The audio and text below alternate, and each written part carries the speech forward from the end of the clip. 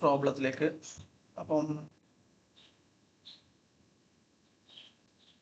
Second problem, ഇതൊരു വേറെ ഒരു നല്ലൊരു കേസാണ്.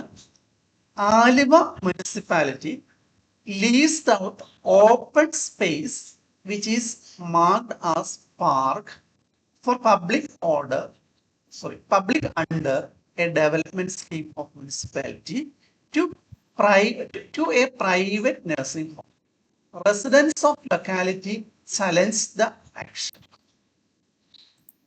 of municipality. Decide.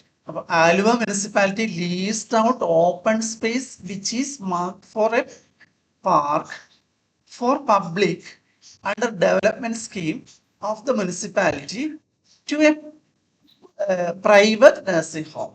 The resident of the locality challenged the action. Then a municipality action challenge they decide.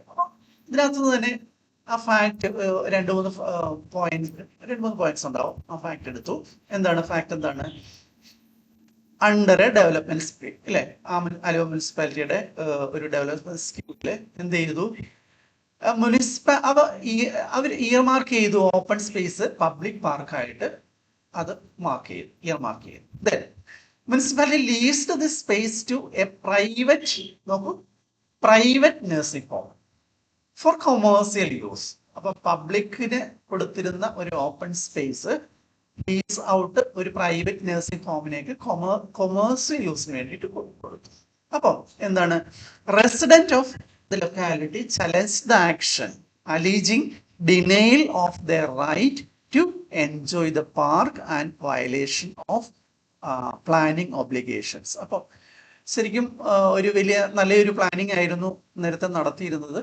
Open space എന്താണ് അത് ഇതിനു വേണ്ടിയിട്ട് മാർക്ക് ചെയ്തിരുന്നു. ആ പബ്ലിക്കിനായിട്ട് മാർക്ക് ചെയ്തിരുന്നു. പ്രൈവറ്റിന് ലീസ് ഔട്ട് ചെയ്യാമെന്ന് വിചാരിച്ചു.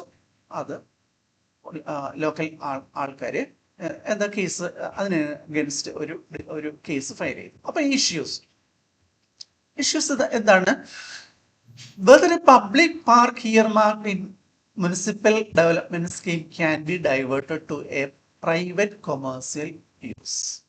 First. Second issue, whether such diversions violate right to life under Article 21 of the Constitution. Second issue. Third issue എന്താണ്? Whether the municipality as a statutory authority has power to alienate public land designated for a specific purpose. So whether the municipality as a statutory authority has the power to alienate എന്ന് വെച്ച് കഴിഞ്ഞാൽ എന്താണ്? അന്യാധീനപ്പെടുത്തുക. Alienate public land designated for a purpose. അപ്പോൾ ഇവിടെയും നമ്മൾ facts കഴിഞ്ഞു, issues കഴിഞ്ഞു. ഫാക്ട്സ് ഇഷ്യൂസ് കഴിഞ്ഞു കഴിഞ്ഞാൽ ഉടനെ എന്താ ചെയ്യേണ്ടത്? ലീഗൽ പ്രിൻസിപ്പിൾസ് നമുക്ക് അറിയാവുന്നുണ്ടെങ്കിൽ മാത്രം എഴുതുക. ഇവിടെ എന്താണ്? Article 21 right to life includes right to clean and healthy environment. Right to നിങ്ങൾക്ക് ഫസ്റ്റ്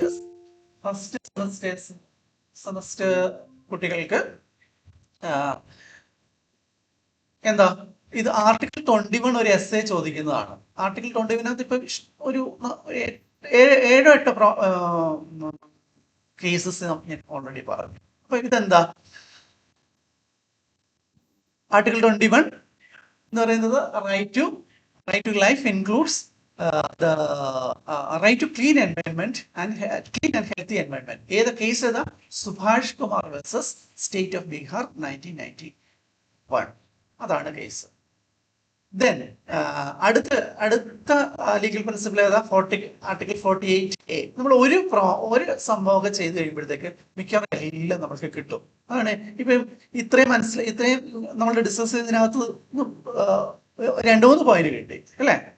ദെൻ എന്താണ് 48A? അതെന്ന് പറയുന്നത് സ്റ്റേറ്റിന്റെ ഒരു ഡ്യൂട്ടിയാണ്, ഡയറക്റ്റീവ് പ്രിൻസിപ്പിൾ ആണ്. എന്താണ് ഇമ്പോസ് ചെയ്തിരിക്കുന്നത്? State has to protect the environment. അതാണ് വന്നേക്കുന്നത്.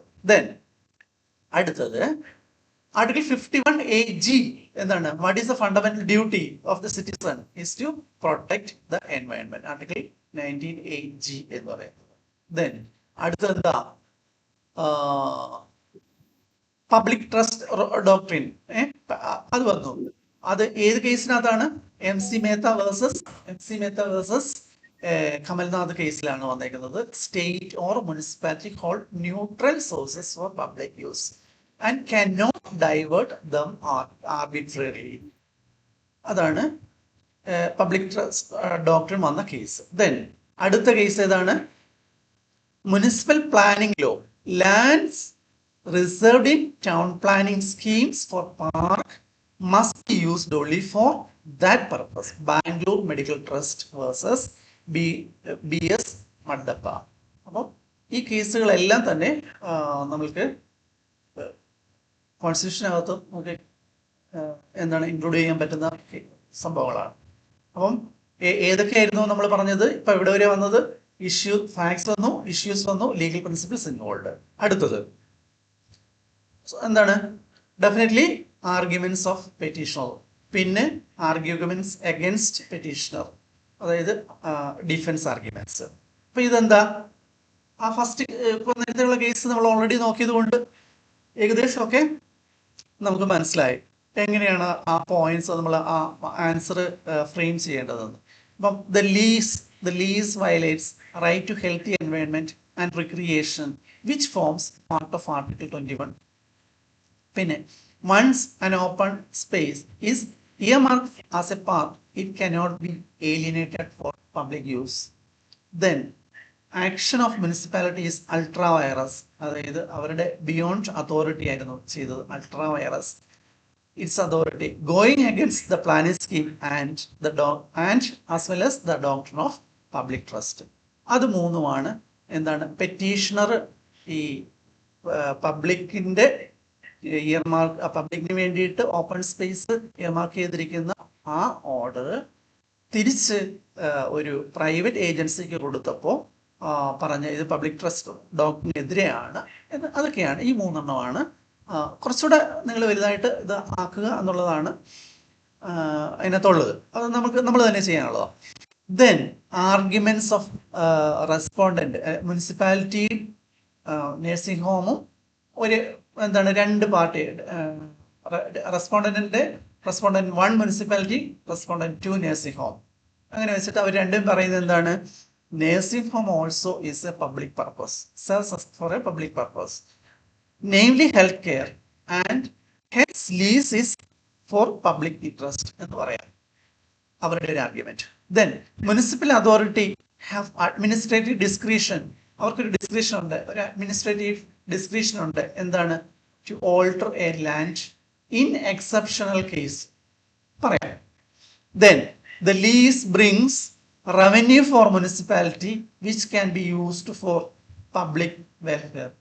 ലീസ് കൊടുക്കുമ്പോൾ എന്തായാലും ഒരു റവന്യൂ ഇൻകം ജനറേറ്റ് ചെയ്യാൻ പറ്റും മുനിസിപ്പാലിറ്റിക്ക്. അത് വേണമെന്നുണ്ടെങ്കിൽ വെൽഫെയർ സ്കീംസിലേക്ക് നമുക്ക് എന്താണ് ഡൈവേർട്ട് ചെയ്യാം എന്നൊക്കെ ഉള്ള ആർഗ്യുമെന്റ്സ് ആർക്ക്? ഫസ്റ്റ് റെസ്പോണ്ടന്റിനും സെക്കൻഡ് റെസ്പോണ്ടന്റിനും പറയാൻ പറ്റും. ഇനി ലീഗൽ അനാലിസിസിലേക്ക് നമ്മൾ പോയി. ശരിക്കും ഇവിടെ കീ ഇഷ്യൂ എന്താണ്? Whether municipality had the legal competence. അതാണ്.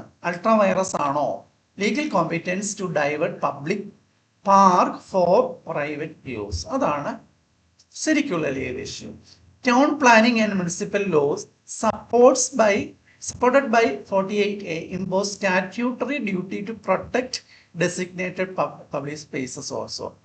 ടൗൺ പ്ലാനിങ് മുനിസിപ്പൽ ലോയും ഒക്കെ എന്താണ് ഇങ്ങനെ മാർക്ക് ചെയ്തിരിക്കുന്ന സാധനം, പബ്ലിക് വേണ്ടിയിട്ട് മാർക്ക് ചെയ്തിരിക്കുന്ന ആ പ്രോപ്പർട്ടി എന്ന് പറയുന്നത് പ്രൊട്ടക്ട് ചെയ്യുക എന്നുള്ളതും ഇവരുടെ ഒരു ഡ്യൂട്ടിയാണ്. കോടതി പറയുന്നതാണ്, അനലൈസ് ചെയ്യുന്നതാണ്. മറ്റവരുടെ രണ്ട് പാർട്ടികളുടെയും ആർഗ്യുമെന്റ് കേട്ടിട്ട് പറയുന്നതാണ്, തീരുമാനിക്കുന്നതാണ്. Once land is reserved as a park, it acquires the character of trust property ആണ്, meant exclusively for public creation ആണ്. ഇത് കോടതിയുടെ നിരീക്ഷണമാണ് കേട്ടോ. Then any deviation without statute, അപ്പം ഇതിനകത്ത് ഒരു ഡീവിയേഷൻ വേണമെങ്കിൽ അവിടെ ഒരു സ്റ്റാറ്റ്യൂട്ടറി അമെൻമെന്റ് വേണം. അപ്പം ആ അതൊന്നും ഇല്ലാതെ ചെയ്ത അപ്രൂവൽ എന്ന് പറയുന്നത് ഇല്ലീഗലും ആർബിട്രറിയുമാണ്. എന്താണ് ആർബിട്രറി ആയിട്ട് ഇല്ലീഗലായിട്ടും ചെയ്തിരിക്കുന്ന ഒരു സ്റ്റാറ്റ്യൂട്ടറി അമെന്റ്മെന്റിന്റെ ബാക്ക് ഒന്നും ഇല്ലാതെ ചെയ്തിരിക്കുന്ന അപ്രൂവൽ എന്ന് പറയുന്നത് illegal as well as arbitrary ആണ്. അപ്പം from A constitutional perspective the right to life under Article 21 includes right to wholesome environment. അതാണ് നമ്മൾ സുഭാഷ് കുമാർ കേസിനകത്ത് കണ്ടതാണല്ലോ. അതേപോലെ public park are not merely amenities then but essential for maintaining ecological balances as well as reducing pollution, ensuring citizens physical as well as mental well-being.